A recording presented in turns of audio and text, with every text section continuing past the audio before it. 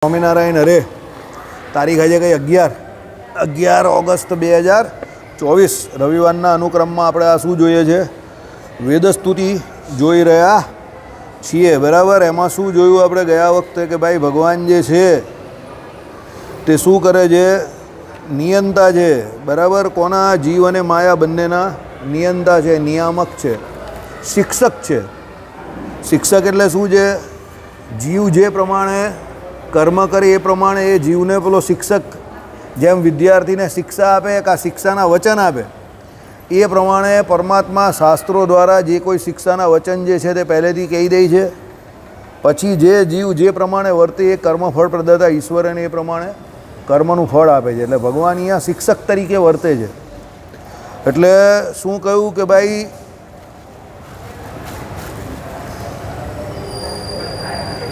સર્વને નિયમમાં રાખવું, તે પણ એમ કે ભગવાન સિવાય બીજા કોઈનું ન ઘટે. જો એ મુક્ત પણ સ્વતંત્ર ન થાય તો ઘટે, તે માટે એ મુક્ત જે તે ક્યારેક પણ સ્વતંત્ર નથી.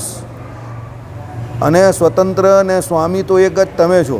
એટલે અહીંયાના બધોથી માંડીને જીવ જે છે, ઈશ્વર કોટીના દેવતાઓ, ત્યાંથી માંડીને અક્ષરધામમાં જે મુક્તો છે તે બધાની વાત કરી કે ભાઈ પરમાત્મા જેટલું સ્વતંત્ર અને ભગવાન જેટલું એમ કહી કે બીજું કોણ સર્વતંત્ર, કે ભગવાન જેવો યોગ્ય શિક્ષક કે ભગવાન જેવું નિયમન મુક્ત પણ કરી શકતો નથી.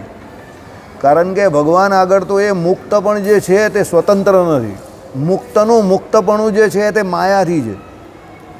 મુક્તને મુક્ત કહેવાયો કેમ? તો ભાઈ એ માયાથી મુકાઈ ગયો છે અહીંયાથી, એટલે એને મુક્ત કહેવાયો. એટલે એનું મુક્તપણું જે છે તે માયાથી મુક્તપણું ઘટેલું છે, એટલે એને મુક્ત કહ્યો.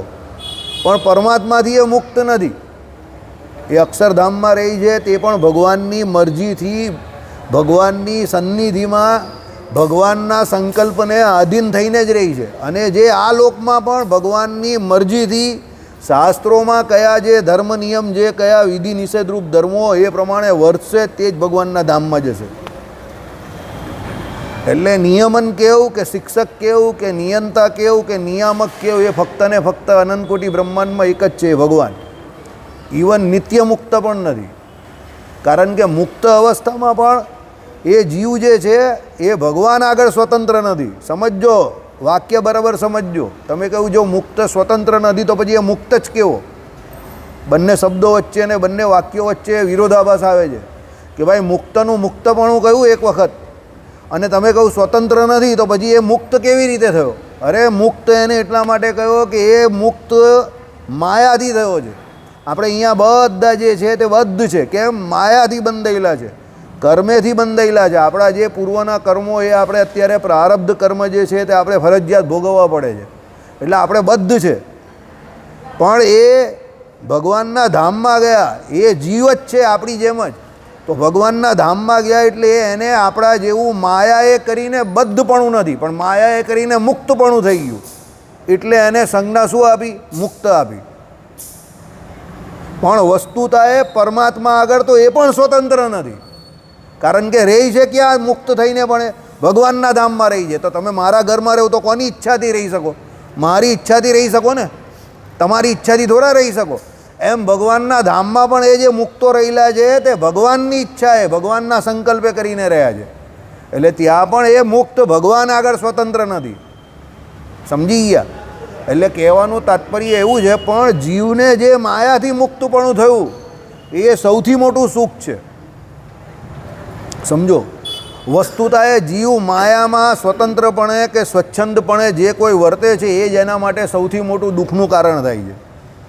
એ તમે જુઓ, આપણે બધા એક ફ્રેમિંગની અંદર જીવતા હોય, મર્યાદિત જીવન જીવતા હોય તો સુખી.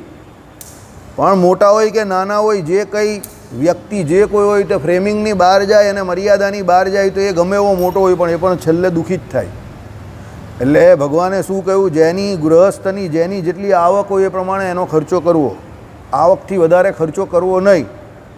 કેમ? આવકથી વધારે જે ખર્ચો કરે છે એને દુઃખ જ થાય છે, એવું ભગવાને શિક્ષાપત્રીમાં કહ્યું. કહેવાનું તાત્પર્ય શું છે કે દાળ રોટલો તો ભગવાન કાઢી આપે છે બધાને. પરમાત્માએ લઈ લીધું છે રામાનંદ સ્વામી પાસે કે ભાઈ મારો જે હરિભક્ત હોય, સત્સંગી હોય, એના ભાગ્યમાં જો રામપાત્ર હોય તો એ મને આવે. એટલે તમને રામપાત્ર નથી આવવાનું, દાળ ભાત શાક રોટલી તમને મળી જશે, એની ચિંતા ના કરો. કામ કરવાનું એટલું કામ કરો એટલે તમને દાળ ભાત શાક રોટલી મળી જશે. પણ પછી એની ઉપરનું બધું આપણે બહુ જોઈએ છે. આપણે દુઃખી કેનાથી છે? ભગવાને જે માંગ્યું છે એનાથી આપણે દુઃખી નથી, પણ આપણે ઉપરવટ જે જોઈએ છે ને એનાથી આપણે દુઃખી થઈએ છીએ. એના માટે આપણે જે કંઈ ધોળા કાળા જે કંઈ કરીએ એ પછી આપણું કર્મ જે કહેવાય તે સ્વચ્છંદી કર્મ, એટલે એના ફળ રૂપે ભગવાન આપણે પછી સજા આપે. એટલે એ પરમાત્મા આપણું પણ નિયમન કરે. બરાબર?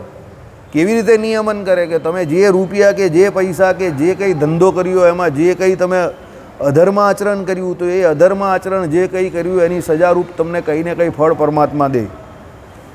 હવે એ કેવી રીતે દે, કેટલું દે, કયા સમય પર દે, એ બધું ભગવાન જાતે નક્કી કરે. કારણ કે ધણીનો ધણી કોઈ નથી, સમજો. પણ એમણે જે એજન્ડા બનાવેલો છે સૃષ્ટિ ચલાવવાનો, એ એજન્ડા પ્રમાણે જે સૃષ્ટિ ચલાવે છે. એમનો એજન્ડા છે આખો સૃષ્ટિ ચલાવવાનો. ઉત્પત્તિ, સ્થિતિ ને પ્રલય એ ત્રણે ત્રણ પરમાત્મા જ કરે છે. એટલે સ્થિતિનો નિયમ જે છે તે ભગવાન પોતે જાળવી રાખે છે. એટલે ભગવાને આપણે સુખી થઈએ એટલા માટે શિક્ષાપત્રી લખી છે. સમજજો, મારા સત્સંગી પ્રત્યે શિક્ષાપત્રી લખું છું એવું કહ્યું છે. તો એ પાડવાથી ભગવાન સુખી નહીં થવાના. શિક્ષાપત્રી ભગવાને લખી છે, આપણા માટે લખી છે. તો એ શિક્ષાની પત્રી કોના માટે છે? આપણા માટે છે. એટલે ભગવાન ત્યાં કોણ થયા? શિક્ષક થયા. અને આપણે કોણ થયા? વિદ્યાર્થી થયા. અને એ શિક્ષાપત્રી રોજ આપણે વાંચવાની છે અને એનું આચરણ આપણે કરવાનું છે. જો આપણે એ પ્રમાણે ન વર્તીએ તો એ ભગવાન એ શિક્ષાપત્રીનું ઉલ્લંઘન કરવાના, જે કોઈ આપણું અધર્માચરણ હોય કે જે કંઈ આપણું પાપાચરણ હોય એના ફળના બદલામાં એ પરમાત્મા નિયામક તરીકે, શિક્ષક તરીકે આપણે જેવી ઘટતી હોય એ પ્રમાણે સજા આપે. સમજો, હવે આપણે તો બધો છે, અહીંયા રહેલા છે ભાઈ, આપણે તો સજા મળે, આપણા માટે તો શિક્ષાપત્રી છે. પણ અક્ષરધામના મુક્તોમાં તે શું? તો મુક્ત માટે પણ આવું ભગવાને કહ્યું છે, પણ એ પણ સ્વતંત્ર નથી. એટલે તમે મુક્ત અવસ્થામાં જોજો, ભગવાન અવતાર ધારણ કરે એની જોડે મુક્તો પણ અવતાર ધારણ કરે છે. કેમ? ભગવાન જ્યારે અવતાર ધારણ કરે ત્યારે ભગવાનનો એવો સંકલ્પ હોય છે કે મારી જોડે મારી ટીમ આવે. હવે મોટા માણસ હોય ને તે ઈશારાથી સમજાવે, બધી વસ્તુ હોય તો કહીને ન જણાવે. સમજો, ભગવાન હોય, મોટા માણસ હોય તે શું કહે? ભાઈ મારી આવી ઈચ્છા છે, મારો અભિપ્રાય છે. પછી જે સમજવું હોય તે બધા સમજી જાય કે આનો અભિપ્રાય છે, એટલે હવે એ પ્રમાણે કરવું પડશે, વર્તવું પડશે. અને જે કરે એ સુખી થાય, જે ન કરે તે પછી જય સ્વામિનારાયણ, તું તેરી જાન મેં મેરી જાનું, એવું છે. બરાબર? એટલે દરેક જગ્યા પર આ નિયમ લાગે છે. સ્વતંત્ર કોઈ નથી. જીવ હોય કે માયામાં થતા જે કોઈ ફેરફાર હોય, કંઈ પણ તમે કહો, માયા ભલે જડ છે, સમજો, પણ માયામાં જે કોઈ ફેરફાર થાય છે, સમજજો, એના સ્વરૂપમાં જે કોઈ વિકારપણું આવે છે તે સ્વતંત્રપણે વિકારપણું નથી. યાદ રાખજો, એ બધું ભગવાનના આધીન છે. કેમ? ભગવાનમાં જેટલું સામર્થ્ય છે, એટલું ઐશ્વર્ય છે કે જે જળ એવા પદાર્થને, માયાના પદાર્થને ચેતન કરી નાખે, અને ચેતન એવા આપણા જેવા જે હોય એને જડ કરી નાખે. ગમે એવો તાકાતવાળો હોય, પેલા ખલી જેવો બિચારા એકદમ મજબૂત માણસ હોય, ટીકા હોય, બરાબર, આમ હડસેલો મારે તો માણસને પાડી નાખે એવું હોય. અને તમે એવા ઘણા બધા પહેલવાનોને જોયા હશે કે બિચારાની અંતિમ અવસ્થામાં એનાથી પાણીનો ગ્લાસ પણ નહીં લેવાતો એ હાથમાં. આપણે આપણા જીવનકાળ દરમિયાન જ જોયું હશે. બરાબર? ગમે એવો ઐશ્વર્યશાળી વ્યક્તિ હોય કે આમ તાળીની ખાલી બેલ મારવાની જરૂર હોય ને 50 નોકર હાજર થઈ જતા હોય, અને જીવનના અંતિમ સમયમાં તમે એની પાસે જાઓ તો એક માણસ સેવા કરવાવાળો નહીં હોય. સમજો, બરાબર? કહેવાનું તાત્પર્ય શું છે? જીવે જે પ્રમાણે કર્મ કર્યું એ પ્રમાણે શિક્ષાત્મક ધોરણે પરમાત્માએ એની જોડે શિક્ષા કરી, એટલે એ એને સજા કરી. અને સાધુ પુરુષ હોય જેની પાસે 50 પૈસા નહીં હોય અને દેહ છોડવાનો હોય ને લોકોને ખબર પડે તો ગામે ગામથી લોકો ઉમટી પડે. પબ્લિકને કંટ્રોલ કરવા માટે સરકારે પગલાં ભરવા પડે કે ભાઈ આ બધાને રોકો એ ગામમાં જતા. પેલા બાવા દેહ છોડવાના હતા, બધા ત્યાં પહોંચી ચાલ્યા. હવે એની પાસે 4 આના પણ નથી, અને જે આવે એને 50 પૈસા પણ નથી આપવાના. સમજો, 1 રૂપિયો પણ નથી મળવાનો કોઈને, તો પણ લોકો અંતિમ દર્શન કરવા માટે તૂટી પડે છે. કેમ તૂટી પડે છે? એણે શું કરેલું છે? ભગવત ભજન કરેલું છે. એ ભજનના બળે કરીને લોકો એને જોવા આવે છે. સમજો, અને પેલો કરોડો અબજોપતિ છે, 100 માણસની સેવા લેતો હતો તો પણ એક માણસ એની સેવા કરવા તૈયાર નથી. ડિફરન્સ તો ખબર પડે છે ને? કેમ? એ પરમાત્મા નક્કી કરે છે કે ભાઈ કોનું કેટલું ક્યાં શોભાડવું કે કેટલું ન શોભાડવું, એ આપણે નક્કી નહીં કરતા. આપણે નક્કી કરતા હોઈએ તો આપણે તો બધું સારું સારું જ જોઈએ જ ને. ગરીબને ત્યાં કોઈનો જન્મ જ નહીં થાય. કોને ઝૂંપડપટ્ટીમાં જન્મ લેવો છે? કોને એવી જગ્યા પર જન્મ લેવો છે જ્યાં બહારથી ગટર લાઈન જતી હોય? કોને એવી જગ્યા પર જન્મ લેવો છે કે જ્યાં ઉપરથી છત ટપકતી હોય?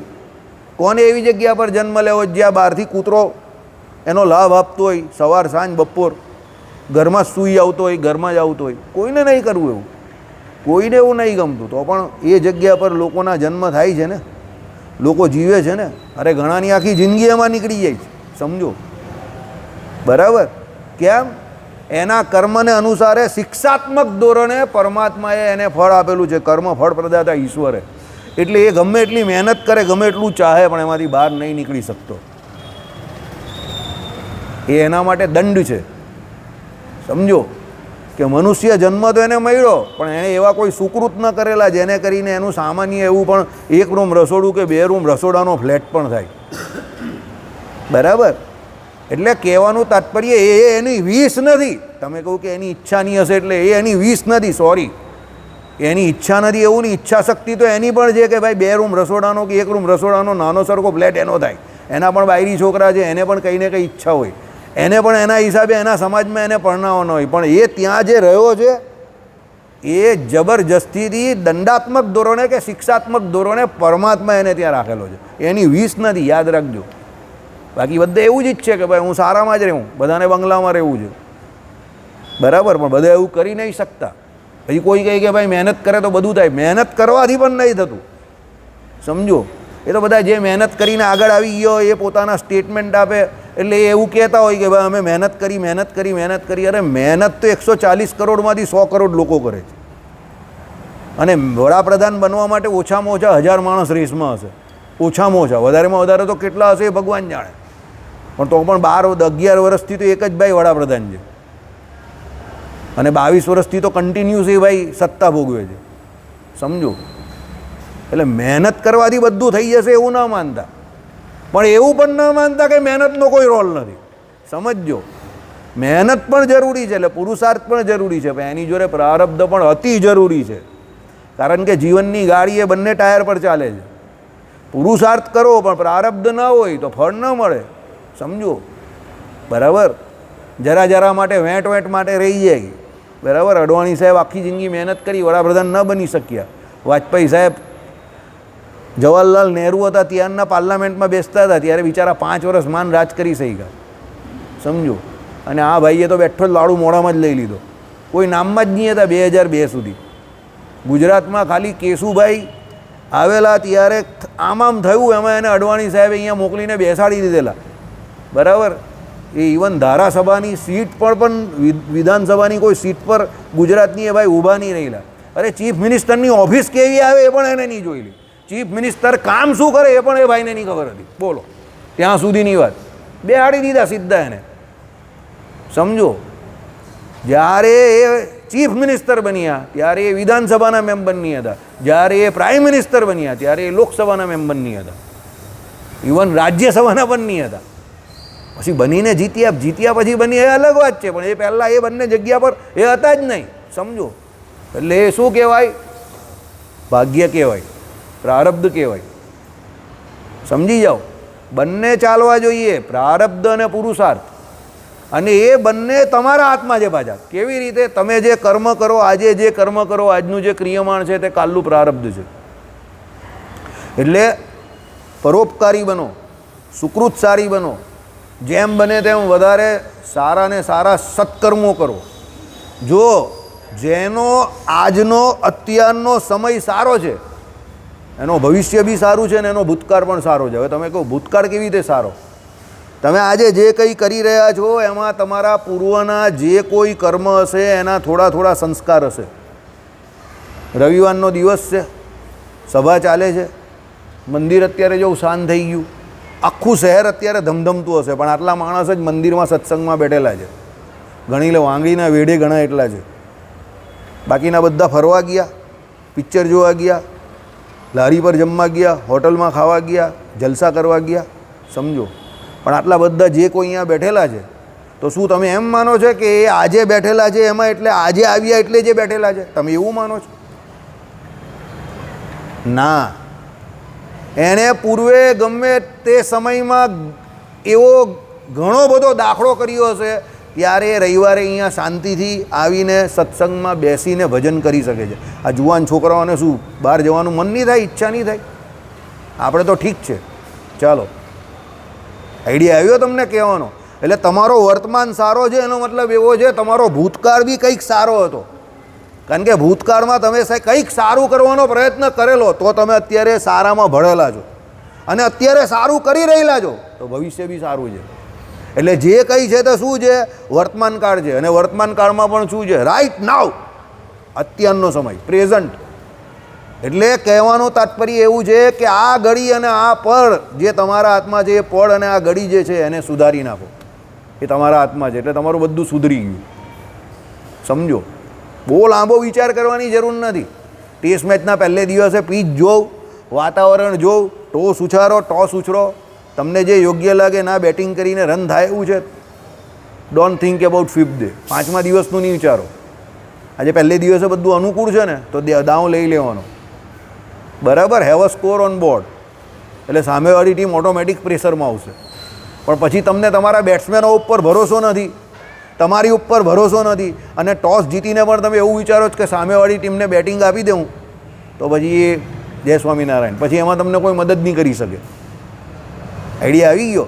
એટલે આપણા કર્મો ઉપર ભરોસો કેવી રીતે કરવાનો છે? તો શાસ્ત્રોમાં જે સત્કર્મો કયા, કે શાસ્ત્રોમાં જે વિધિ નિષેધરૂપ ધર્મો કયા, એ બધા ધર્મોને પરમાત્માના ચરણે નિષ્કામ કર્મયોગી બનો, સમર્પિત કરવાના છે. કે ભાઈ આજે જે કંઈ કરું તે ભગવાન તમારી ચરણે તમને સમર્પિત કરું છું, હું તમારી ચરણે છું, તમારી શરણે છું. સમજો, શરણ અને ચરણમાં બહુ ફરક નથી.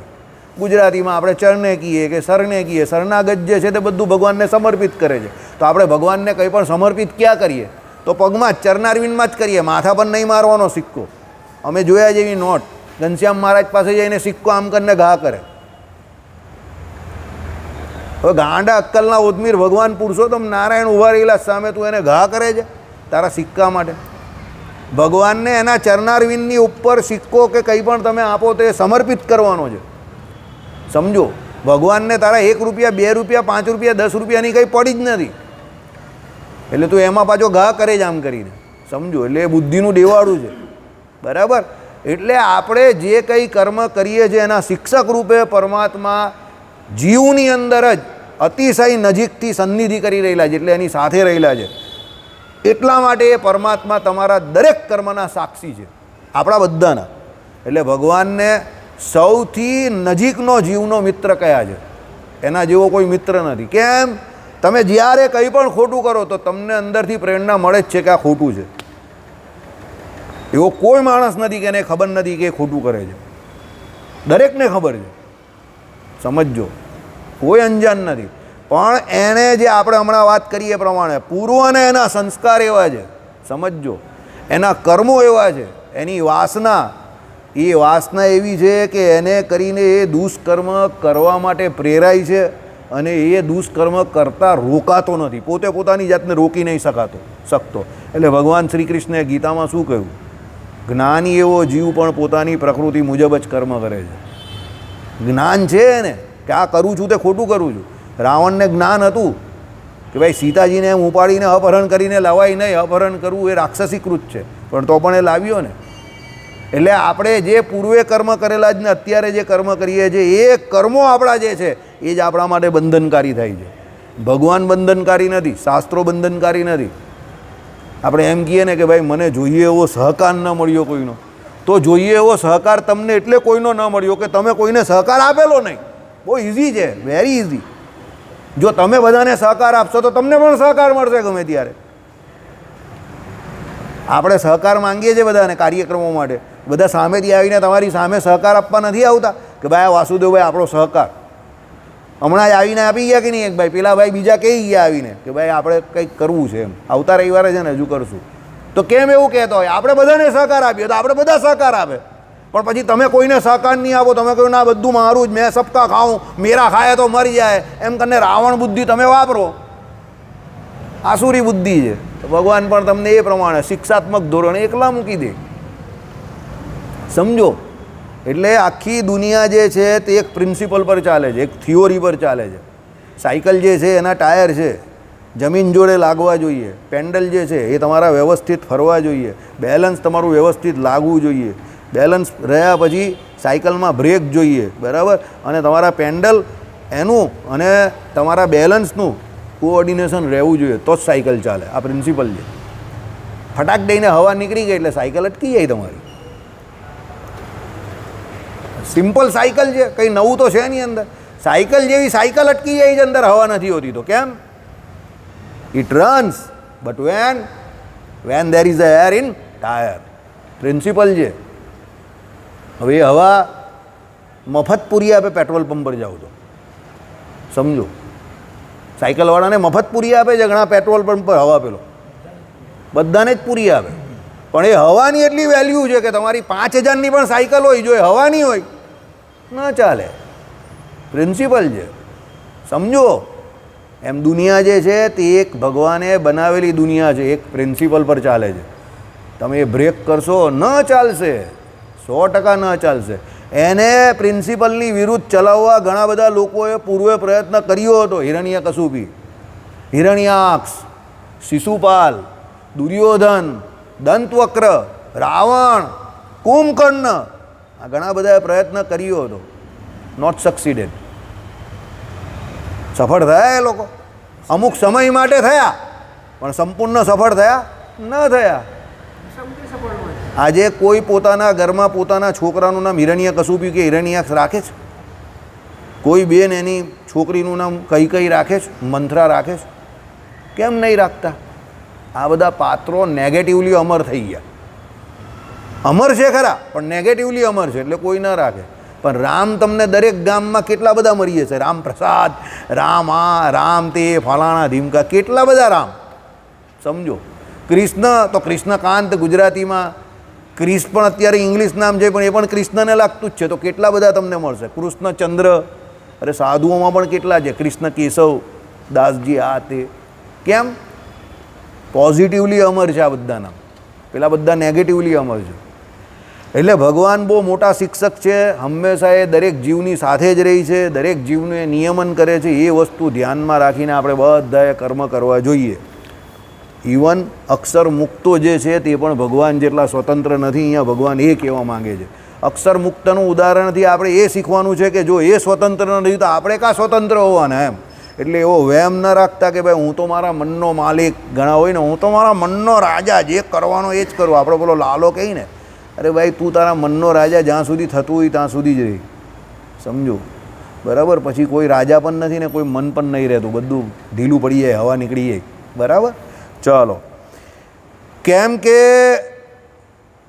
તે સર્વના સ્વામી તો તમે એક જ છો. કેમ? જે અનાદિ સ્વતા સિદ્ધને નિરવધિક અતિશય, જે જ્ઞાન બળ તેજ ઐશ્વર્ય આનંદરૂપ લાવણ્યતા સુંદરતા એ આદિ જે ગુણ ગણ તેના સમુદ્રરૂપ તો એવા એક તમે જ છો. ભાઈ જ્ઞાન શક્તિ બળ વીર્ય તેજ અને ઐશ્વર્ય, આ 6 ગુણ. ભગ એટલે આ 6 ભગ કયા, અને વાન એટલે એને ધારનારા. તો જ્ઞાન શક્તિ બળ વીર્ય તેજ અને ઐશ્વર્ય, આ 6 ગુણ જેનામાં હોય એ જ ભગવાન. તો એવા તો એક ભગવાન જેવા તો એક ભગવાન જ છે. એકમેવ અદ્વિતીયમ બ્રહ્મ, એ ભગવાન જેવા તો એક ભગવાન જ છે. બરાબર? હમણાં જ હરિપ્રકાશ શાસ્ત્રી પરમ દિવસે જ કહેતા હતા કે ભાઈ સ્વરૂપથી કે રૂપથી કે સ્વભાવથી એ ભગવાન જેવા એક ભગવાન જ છે. એ પ્રમાણે ભગવાન જેવો એક ભગવાન અદ્વૈત જ છે. એના જેવો બીજો કોઈ અનંત કોટી બ્રહ્માંડમાં કે મુક્તોમાં પણ થવા માટે કોઈ સમર્થ નથી.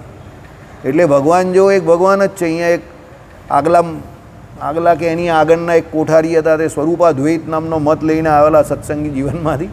એની ઉપર થોડી ચર્ચા કરતા હતા. બરાબર? એ મત ન હતો, પણ આ તો એક વાત હતી.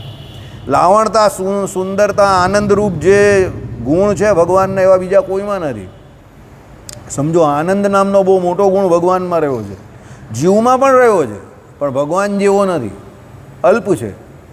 કારણ કે સચ્ચિદ આનંદ જે સ્પેલિંગ લાગે છે એમાં ચિત્ત શબ્દમાં જે સર્વજ્ઞતા કહી તે પરમાત્માની છે. એટલે ભગવાન આનંદ ગણ, આનંદના સમુદ્ર રૂપ કયા.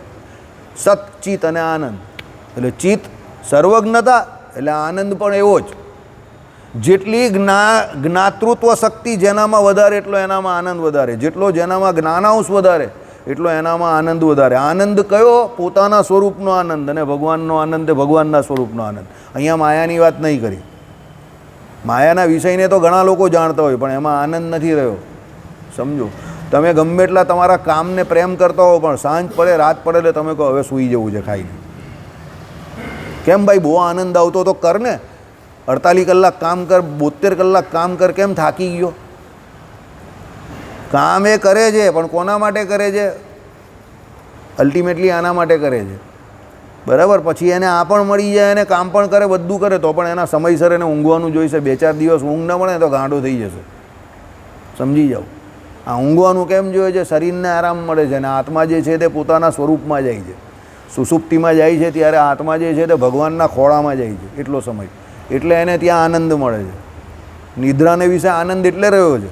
પરમાત્માના ખોળામાં ત્યારે જીવ સૂઈ જાય છે રોજ 2 કલાક. સમજો, સુષુપ્તિમાં ગયો ને ત્યારે, એટલે એને એના સ્વરૂપનો અને ભગવાનનો આનંદ પણ થોડો થોડો આવે છે, પૂરો. એને ખબર નહીં પડતી, પણ થોડો થોડો આવે, બરાબર. પણ માયામાં જો સુખ જ હોય, સુખ ને સુખ હોય, તો પછી ધંધા વેપાર રાત્રે બંધ કેમ કરે? સમજો, એટલે માયામાં સુખ નથી. સમજી જાઓ, માયામાં ભગવાને કિંચિત માત્ર સુખ એટલે મૂકેલું જ કે આ વેપાર એને ચલાવવાનો છે. મોલ હોય તો મોલમાં બધું સારું સારું મૂકેલું નહીં હોય. નીચે પેલો મેનિક્યુ મૂકેલો હોય, એની પર રોજ પેલો કપડાં બદલતો હોય, અંદર પેલા નવા વાઘા બદલેલા હોય, નવા બ્રાન્ડ મૂકેલી હોય. આ તે તો કોના માટે? તો કસ્ટમર માટે. તેમ આપણે બધા જે છે તે શું છે? આ સૃષ્ટિ લીલા વિભૂતિ ભગવાનની ચલાવવા માટે છે, તો એના માટે ભગવાને બધું કરવું પડે ને. મોલ ચલાવવાનો એ પ્રમાણે.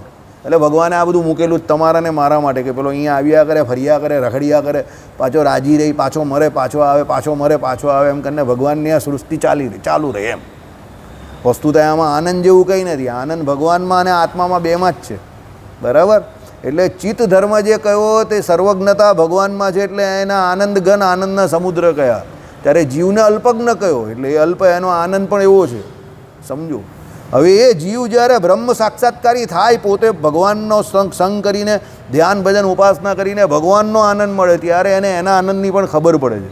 ત્યાં સુધી તો એને એનો આનંદ પણ આવતો જ નથી. એ તો ખાલી વિચારમાં જ હોય છે, બરાબર ને. સત તો બંને છે, જીવ પણ સત છે અને પરમાત્મા પણ સત છે. તો એને બંને ત્રિકાળવાદી તત્વ છે, બરાબર. એટલે જ્ઞાન પણ બંનેમાં રહેલું છે, આનંદ પણ બંનેમાં રહેલો છે, પણ તફાવત છે, ફરક છે, બરાબર. ચાલો, એટલે અહીંયા શું કહ્યું કે ભાઈ એ સમુદ્રરૂપ ભગવાન જ છે. સુંદરતા, લાવણતા, સર્વરસ, સર્વગંધ એ પરમાત્માને કયા. અને એ મુક્તને વિશે જે પોતાથી ઓરા જીવ ઈશ્વરનું નિયંતાપણું ને શિક્ષકપણું, તે જે તે તમારી સાક્ષાત ઉપાસનાએ કરીને તમે એમનો જે ઐશ્વર્ય ગુણના લેશને ન મૂકીને કહેતા, એને લઈને એ નિયંતાપણું ને શિક્ષકપણું જે છે, અને એ પુરુષ આવી રીતે નથી સમજતા, તેને સ્વતંત્ર સર્વના સ્વામી એવા પરમેશ્વર, પરમાત્મા, પરબ્રહ્મ, પુરુષોત્તમ, વાસુદેવ, નારાયણ જે તમે ને બીજા મુક્ત તેમને સંપળે જાણે છે, તે પુરુષના મનની દુષ્ટતા છે. દાખલા તરીકે જે જીવ ઈશ્વર કયા, એમાં ઈશ્વર જે છે, દેવતાઓ જે કયા, એમનામાં સામર્થ્ય આપણા કરતાં વધારે છે. દાખલા તરીકે આપણે મંદિરે જઈએ, સમજો, તો મંદિરે જઈએ તો ભગવાન પુરુષોત્તમ નારાયણની મૂર્તિ હોય, પણ એની જોડે ઘણી જગ્યા પર ઘણા બધા દેવતાઓની પણ મૂર્તિ હોય, તો આપણે એને પણ પગે લાગીએ, નમસ્કાર કરીએ છીએ. તો એ દેવતાઓમાં એ જે ઐશ્વર્ય આવ્યું કે સામર્થ્ય આવ્યું, તે કોને કરીને આવ્યું? ભાઈ, એને પૂર્વે ભગવાનની ઉપાસના કરેલી, એટલે ભગવાને એને સામર્થ્ય કે ઐશ્વર્ય આપ્યું. એટલે આપણે સામાન્ય જીવ જે છે તે ત્યાં જઈને એને પગે લાગે છે. એટલે ભગવાને ન કહ્યું વિષ્ણુ, શિવ, ગણપતિ, પાર્વતી અને સૂર્ય, આ 5 દેવને પૂજ્યપણે માનવા, બરાબર. તો એમનામાં એ જે પૂજ્યતા આવી તે કોને લઈને આવી? કે પૂર્વે એમણે ભગવાનની ઉપાસના કરેલી છે, પણ સ્વતંત્રપણે એમનામાં એ પૂજ્યતા કે ઐશ્વર્ય કે જે કંઈ સામર્થ્ય આવ્યું નથી, એ ઉપાસનાના બળે કરીને આવેલું છે. હવે જે જીવ આ પ્રમાણે સમજે કે ભાઈ એ એને જે ભગવાનની ઉપાસના કરેલી છે, એને કરીને એનામાં એ જે સામર્થ્ય ઐશ્વર્ય આવેલું છે, તે તો બરાબર છે, બરાબર. તે કોણ? પરબ્રહ્મ, પુરુષોત્તમ, વાસુદેવ, નારાયણ જે તમે ને બીજા મુક્ત તેમને સમપણે જાણે છે. કોણ? હવે બીજા જીવ કે જે ભગવાન તત્વને નથી ઓળખતા, કે ભાઈ ભગવાન જે છે તે સ્વતંત્ર છે, સર્વતંત્ર છે, અને એ જ નિયામક છે. અને બીજા ઈશ્વર કોટીના દેવતાઓમાં જે ઐશ્વર્ય છે તે તો ભગવાનના આધીન છે, એવું જે નહીં સમજતા ને બંનેને સરખા સમજે છે, તે કેમ? એ એના મનની દુષ્ટતા છે. સમજો, એ ભગવાનને ભગવાન સમજતા નથી, બરાબર. એ કહેતા એમનો જે મત તેને વિશે અતિશય દોષે મુક્ત યુક્તપણું છે, તે પુરુષના મનની દુષ્ટતા છે. તે કહેતા એમનો જે મત તેને અતિશય દોષે યુક્તપણું છે, તે માટે એમનો જે મત તે અમત છે, એ કહેતા અનાદિ સત્શાસ્ત્રો અને સદગુરુ તેમના મતથી વિરુદ્ધ છે, માટે સત્યપણે માનવા યોગ્ય નથી. બરાબર. એટલે એવા જે કોઈ પણ એમ કહે કે લોકો એવું કહેતા હોય કે ભગવાન અને એમ કહે કે એ ઈશ્વર બંને સરખા છે, તો એ એના મનનો અતિશય દુષ્ટ ભાવ છે, એ સરખા નથી. બરાબર. બંને જુદા જ છે. અદ્વૈતમાં આ બધું છે થોડી ઘણી ગરબડ. અદ્વૈતીઓ જીવ અને પરમાત્માનો ઐક્યવાદ સમજે છે, પણ એના બધી જગ્યા પર અદ્વૈતનું ખંડન કરેલું છે. બરાબર. એટલે સ્વરૂપે કરીને તો અદ્વૈતપણું કોઈ દિવસ શક્ય જ નથી, કારણ કે સ્વરૂપ તો ભગવાનનું ને જીવનું કાયમ માટે અલગ જ રહેવાનું. આપણે અણુ પરિમાણ છે અને એ ભગવાન સર્વવ્યાપક છે. અને બીજા જે દેવતાઓને ભગવાને જે કંઈ પણ સામર્થ્ય એવું આપેલું છે, સત્યકામ સત્ય સંકલ્પ, કે આખી દુનિયામાં વ્યાપ્યપણું જે કોઈ મુક્તોને પણ છે, એ એના સ્વભાવે કરીને ધર્મે કરીને છે, સ્વરૂપે કરીને નથી. સ્વરૂપ તો ભગવાનનું જે કેવું છે કે જે છે કે જે સર્વવ્યાપક છે. બીજા જે કોઈ મુક્તો જે છે તે પોતાના ગુણે કરીને ધર્મે કરીને સર્વવ્યાપક છે. પેલામાં ધર્મી પોતે સર્વવ્યાપક છે. સમજો. હવે ધર્મી એટલે કોણ? પરમાત્મા પોતે. અને મુક્ત જ્યારે એના જ્ઞાને કરીને સર્વવ્યાપક થાય, એટલે અનેક જગ્યા પર જે કંઈ થાય તેને એક જગ્યા પર બેઠા બેઠા ખબર પડે, તે એના જ્ઞાને કરીને થયો હોય. બરાબર. એનો જ્ઞાતા જીવ પોતે જે છે તે તો અણુ પરિમાણ આટલો જ છે, પણ એનું જ્ઞાન જે છે તે સર્વવ્યાપક થઈ ગયું. એટલે અનંતકોટી બ્રહ્માંડમાં જે કંઈ ઘટના દુર્ઘટના ઘટે તે એને એક કાળા વિચિન્ન ખબર પડે, મુક્તને પણ અક્ષરધામમાં બેઠા બેઠા. એટલે એ એના જ્ઞાને કરીને સર્વવ્યાપક છે. પણ પરમાત્માનું એવું નથી. એ સર્વદેશસ્થ છે, એક જગ્યા પર બિરાજમાન નથી, દરેક જગ્યા પર બિરાજમાન છે. એટલે પરમાત્માનું જ્ઞાતાપણું જે કંઈ કહ્યું એ સર્વદેશસ્થ પરમાત્મા છે, સર્વવ્યાપક પરમાત્મા છે, એ પ્રમાણે બધું એમને ખબર છે.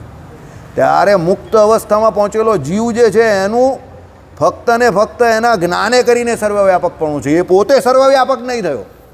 બહુ ફરક છે બંનેમાં. આ બધું તત્વજ્ઞાન છે, થોડું બાઉન્સર જશે તમને. સમજો. બહુ સિમ્પલ વાત કરું. તમે અહીંયા બેઠા છો અત્યારે, તો એ વસ્તુ નેચરલ છે, કોઈ બે મત નથી કે તમે અત્યારે બીજી કોઈ જગ્યા પર બેઠા નથી, કારણ કે આપણે બધા એક દેશસ્થ છે, જીવ પ્રાણી માત્ર. એટલે આપણે અહીંયા બેઠા છે એટલે બીજે ના હોઈએ. પણ પરમાત્માનું એવું નથી. પરમાત્મા એક કાળે એક સાથે દરેક જગ્યા પર રહેલા છે. આઈડિયા આવ્યો? સમજો. એટલે ભગવાન પોતે આપણો ધર્મી જે છે તે અહીંયા શરીરને વિશે હૃદયને વિશે એક જગ્યા પર રહ્યો, એટલે એક દેશસ્થ છે આત્મા ધર્મી. એટલે સમજો. પરમાત્મા પોતે જે ધર્મી તરીકે વર્તે છે તે સર્વવ્યાપક છે, અને એ પરમાત્માના સર્વવ્યાપક જે ધર્મી પોતે છે એની જોડે એના ધર્મો એટલે ગુણો જે છે તે પણ સર્વવ્યાપક છે. એટલે એ રૂપના કે સ્વરૂપના બંનેના ગુણો પણ સર્વવ્યાપક છે. એટલે ઘણા બધા વેદાંતાચાર્યો જે છે તે રૂપ સ્વરૂપના ભેદને કંઈ બહુ મોટી એ નહીં સમજતા, એ કંઈ કે એમાં પડવા જેવું નથી. કે રૂપે કરીને પણ સર્વવ્યાપક છે અને સ્વરૂપે કરીને પણ પરમાત્મા સર્વવ્યાપક છે. તો એમાં મળવાનું તમને વધારે પ્રાપ્ત શું થવાનું? બંને જુદા હોય તો પણ ને ભેગા હોય તો પણ. કેશુ સ્વામી આવું કહેતા હતા. એમને આખી જિંદગી પ્રયત્ન કર્યો આપણે કે ભાઈ હરજીવનદાસ શાસ્ત્રી આવું કહે તેવું કહે, પણ એ છેલ્લે સુધી ન માનીએ. તે કે એમાં કંઈ ફેર નહીં પડતો તો દાલની ખાલ ખેંચવાનો શું મતલબ છે? આઈડિયા આવ્યો? પણ ભૂમિકામાં હરજીવનદાસ શાસ્ત્રીએ રૂપ સ્વરૂપનો ભેદ લખેલો છે કે ભાઈ પરમાત્માનું રૂપ અને સ્વરૂપ અલગ છે. એમ હવે રૂપને સ્વરૂપ અલગ તો હોય જ, સમજો, પણ એને અલગ કરીને કંઈ ફાયદો નહીં દેખાતો. બહુ તમે સમજ્યા મારી વાત? આપણામાં એ અલગપણું દેખાય છે. કેવી રીતે? કે આપણો જીવ જે છે તે અહીંયા રહેલો છે, એક ને એક દેશસ્થ છે, અને આપણું શરીર જે છે તે અહીંયા આટલું રહ્યું છે, એના ધર્મો એની જોડે જ છે. પણ પરમાત્મા તો સર્વવ્યાપક છે, અને પરમાત્માનું રૂપ પણ સર્વવ્યાપક છે અને સ્વરૂપ પણ સર્વવ્યાપક છે. કારણ કે જ્યાંથી જેવું રૂપ ઘટાવવું હોય એ ઘટાવી શકે છે, અને સ્વરૂપ તો બધેથી સર્વવ્યાપક છે જ ને. એમાં તો નિર્વિકારપણું છે, અચ્યુતપણું છે, એમાંથી તો કંઈ નીકળે એવું છે જ નહીં. સમજો. અને પાછું કહ્યું છે સ્વરૂપના ગુણે કરીને પણ સર્વવ્યાપકપણું છે ને રૂપના ગુણે કરીને પણ, બંને ગુણોનું પણ સર્વવ્યાપકપણું છે. તો પછી એનો ભેદ કરીને કંઈ બહુ લાંબો ટૂંકો ફાયદો દેખાતો નથી. આવું કહે છે વિદ્વાનો. એટલે વિદ્વાનો જે હોય ને એનામાં મતાંતર હોય, એવું નહીં કે બધા એક સરખું જ માને. પછી ચોંટી નહીં રહેવાનું એમાં કે ના આનું આમ છે ને આનું આમ જ હોવું જોઈએ ને એ આનું જ ખરું ને પેલાનું જ ખોટું ને, એ બધું બહુ ચોંટી નહીં રહેવાનું. થોડી ફ્લેક્સિબિલિટી રાખવી પડે. બરાબર? ફ્લેક્સિબિલિટી કેવી રીતે? ભાઈ પેલાને એવું લાગ્યું તો એવું કહે, પેલાને એવું લાગ્યું તો એવું કહે. કેશુ સ્વામીને અમે અહીંયાથી જતા હતા, અમારી જૂની સભામાં તો ઘણી વખતે સમજાવવાની કોશિશ કરી પછી એમણે એક વખત એવો ખતરનાક ડાયલોગ માર્યો ને તો બોલતા બંધ થઈ ગયા. એ કહે કે જો તમે બીજાના કહેલા ડાયલોગ ઉપર મને સમજાવવાની કોશિશ નહીં કરો. તમે જે કહેવું છો એ તમારું પોતાનું જ્ઞાન નથી. તમે બીજાના કહેલા ડાયલોગ ઉપર મને સમજાવવાની કોશિશ કરો છો.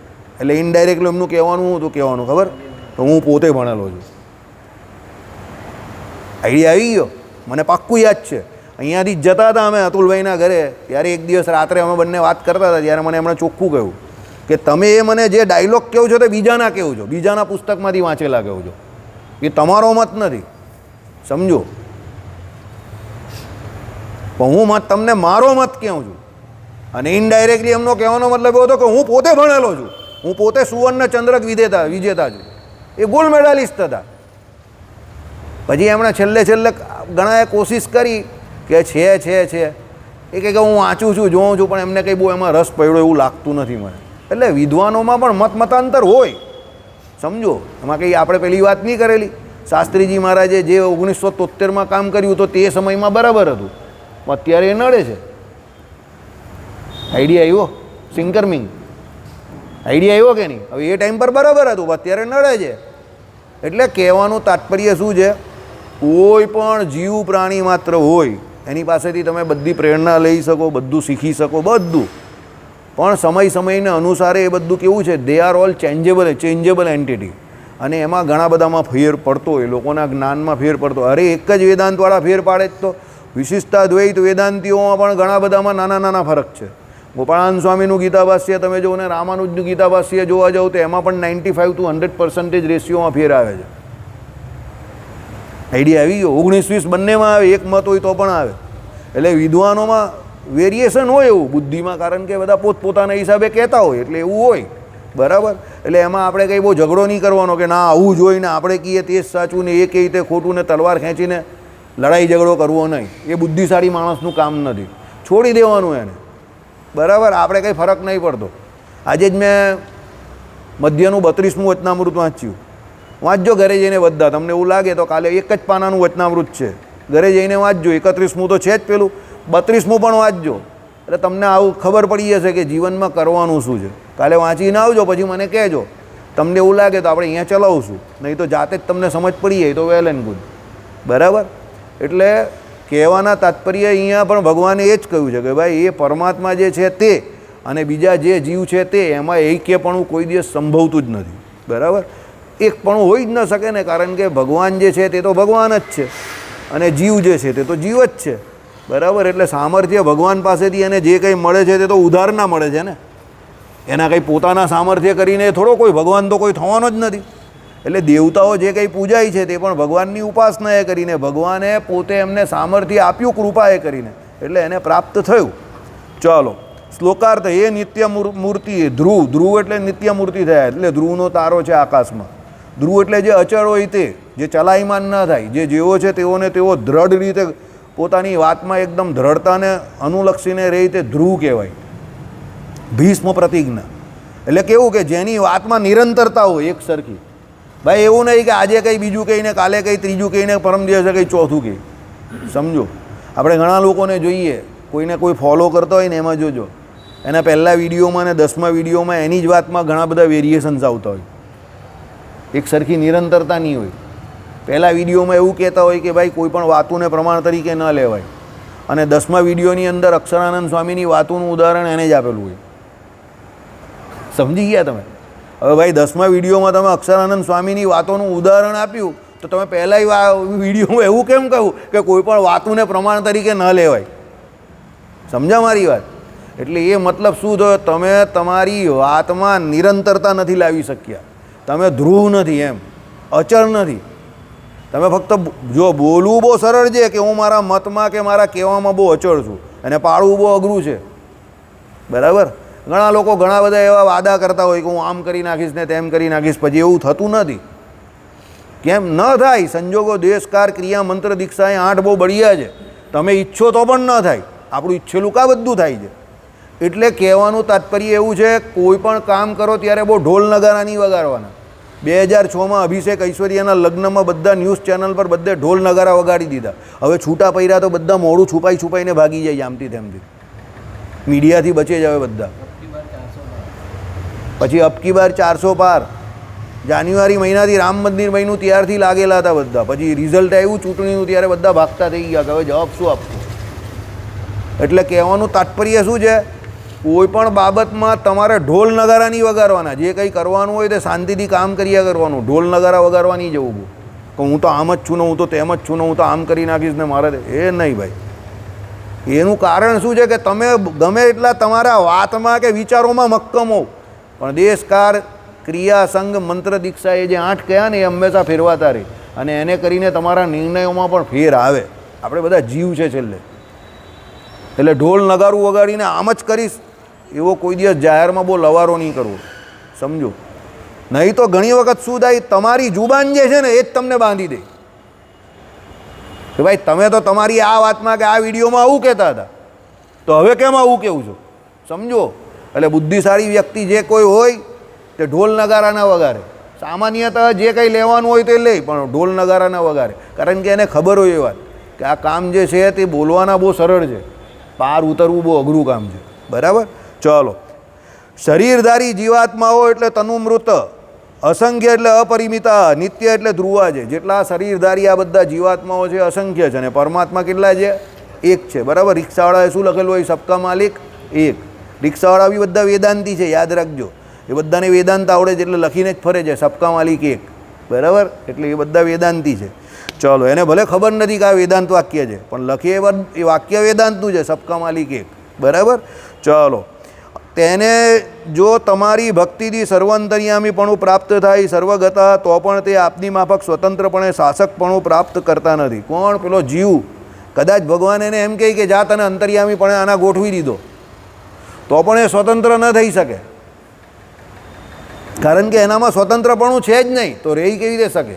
એ કશે ને કશે બંધાયેલો જ છે. શાસકપણું એમાં ના આવે. બરાબર. એક નોકર હતો ને એક શેઠ હતો, સમજો. તો શેઠ થોડા નોકર પાસે આઈડિયા લઈને બહુ મોટો ધંધો ચલાવતો હતો. એક દિવસ નોકરને એવું થયું, શેઠ તો બધું મારા આઈડિયા પર જ કરે જ ને, એના કરતાં હું જ ધંધો ચાલુ કરી નાખું. તો તેણે શેઠને કહ્યું કે શેઠ મને હવે બધી ખબર પડી ગઈ, હું જ ધંધો ચાલુ કરી નાખું. તો શેઠ કહે કે કરી નાખ, કોઈ વાંધો નહીં. 6 મહિના પછી રડતો આવ્યો. શેઠ આ કામ બહુ અઘરું છે એમ કહે. કેમ? તને તો બધું આવડે છે, તો કેમ અઘરું લાગી ગયું? એ કહે કે હું તમને આઈડિયા આપતો હતો ત્યારે મને એવું લાગતું હતું કે હું બહુ હોશિયાર છું, પણ હવે કામ જ્યારે મારે કરવાનું આવ્યું ત્યારે મને એવું લાગે છે કે ના, આમાં હોશિયારી નહીં, બીજું બધું ઘણું બધું જોઈએ છે, સમજો. એટલે કોઈ વ્યક્તિ કોઈ કામ કરતો હોય ને તો આપણે એની ભૂલ ઘણી બધી કાઢી શકીએ કે આમાં આ ભૂલ છે, પેલી ભૂલ છે, ફલાણું છે, આમ કરતે તો વધારે સારું થાત, આમ કરતે વધારે સારું થાત. એ તમને દૂરથી બધું એવું લાગે, પણ તમે એની જગ્યા પર એ કામ કરો તો એનાથી વધારે ભૂલ કરશો, સમજો. અહીંયા એક ભાઈ હમણાં પહેલાં સભામાંથી ગયા, કદાચ અત્યારે નથી. એ ભાઈ કંઈક આવી જ વાત કોઈના કંઈ પત્ર બાબતમાં કહેતા હતા, બહુ ભૂલ છે, બહુ ભૂલ છે. તો એ ભાઈને આપણે કંઈ લખવા આપ્યું. પછી મેં કહું તમે આ 4 કે 6 પાના કાલે લખીને લાવજો. એમણે લખીને લાવ્યા. પછી આપણે શાંતિથી સહજતાથી બેસીને એમની ભૂલ કાઢી. 49 ભૂલ નીકળેલી. કેટલી ભૂલ? 49 ભૂલ. મેં કહું હવે તમે રોજ લોકોની ભૂલ કાઢતા હતા, આમાં તમારી 49 ભૂલ નીકળી, શું કહેવું છે? અત્યારે અહીંયા નથી, હમણાં સભા ચાલુ થઈ પહેલાં જ અહીંયા આવેલા. એમને કદાચ યાદ પણ ન હશે. પછી એમણે કહ્યું તમારી વાત સાચી છે, લખવું બહુ અઘરું કામ છે. મેં કહું બસ, કામ કરે એનાથી જ ભૂલ થાય. જો એક વસ્તુ કોઈ કામ કરતો હોય અને જે કંઈ નહીં કામ કરતો હોય એક જ કામ કરે, બીજા જે કામ કરે એની પર ઢેફા મારે કે ટીકા કરે કે આ તો પેલું આમ છે, પેલું. અરે તું કરીને બતાવ, સમજો. કરીને બતાવું એ બહુ અઘરું કામ છે, સમજો. અમારા જેવા કયા કરે ગ્રહસ્થને આમ છે ને તેમ છે, પણ ગ્રહસ્થ કેટલા દુઃખી હોય તે હવે અમને નહીં ખબર હોય. એ બિચારા જે ગ્રહસ્થ હોય એને જ ખબર હોય, એની વિડંબણા એ જ જાણતો હોય, સમજો. નિલેશભાઈ અહીંયા બેસવા માંગતા હતા, અત્યારે નથી દેખાતા ને. હા, ચાલ્યા ગયા. કેમ ચાલ્યા ગયા? આ વિજયભાઈને ખબર છે, ગ્રહસ્થ છે, ચાલ્યા ગયા. એમને બેસવું હતું તો પણ ચાલ્યા ગયા. શું કરીએ? અમે બંને લઠ્ઠા. હવે અમે લોકો બહુ મોટું ભાષણ તો આપી શકીએ, હવે એની જગ્યા પર બેસવાનું હોય તો અમને ખબર પડે કે એ કેવું છે કામ. એટલે ટીકા કરવી બહુ સહેલી છે કે પેલો આમ કરે ને તેમ કરે, ફલાણો ને ઢીમ, અરે આનાથી જોરદાર થાય ને આમ કરતે તો. અરે ભાઈ તું કરીને બતાવ ને, સમજો. કરવું બહુ અઘરું છે. એટલે ભગવાન જે અંતર્યામીપણે રહીને જે ફળ આપે છે તે બધું બરાબર છે, એ ભગવાન જ કરી શકે. એટલે એમાં ભગવાનમાં કોઈ દિવસ કોઈ પણ પ્રકારની ખામી કાઢવી નહીં. પેલા એક બે જતા હતા ને સાધુ ને ચેલા, તરબૂચ જોઈને મેં તમને વાત કરેલી ને, એ કે નાના નાના તરબૂચ અહીંયા એમ કે મોટા મોટા ઉપર એમ કહે કે ઝાડ ઉપર થતા હોય તો ગુરુ મજા આવી જાય ને. ગુરુ કહી ના બધું બરાબર છે. અરે હોય એમ કહે ગુરુ કા બરાબર છે? ગુરુ કહી કંઈ નહીં, ચાલ. ભાઈ આગળ ગયા એક દિવસ તો માથામાં પેલાને શું પડ્યું? નાનું સરખું નાળિયેર હતું, તે પડ્યું બિચારાને, તો બેભાન થઈ ગયો. અડધો કલાકે ઉઠ્યો. ગુરુ શું થયું? એ કે તારા માથામાં તરબૂચ પડેલું. હોય એમ કે ગુરુ તરબૂચ થોડું ઉપર થાય, તમે કહેલું એ પ્રમાણે. તે કે શું પડેલું? કે આટલું નાળિયેર પડેલું, એમાં તું અડધો કલાક બેભાન રહ્યો. હવે 5-7 કિલોનું 8-10 કિલોનું જો તરબૂચ પડતે તો શું હાલત થશે તારી? તે કે મારા રામ રમી જશે. બસ હવે બોલ, તારે શું કહેવું છે? તરબૂચ નીચે હારા કે ઉપર હારા? તે કહે ના, ભગવાને જે કર્યું તે બરાબર જ કર્યું. ગુરુ કહે કે હવે સમજો, આઈડિયા આવી ગયો. એટલે ભગવાન જે કરે તે બરાબર જ હોય. બહુ ટીકા ટિપ્પણી ના કરવી કોઈના કામ ઉપર, બરાબર? કામ કરીને બતાવવાનું. શ્રીપતિમ શ્રીધરમ સર્વદેવ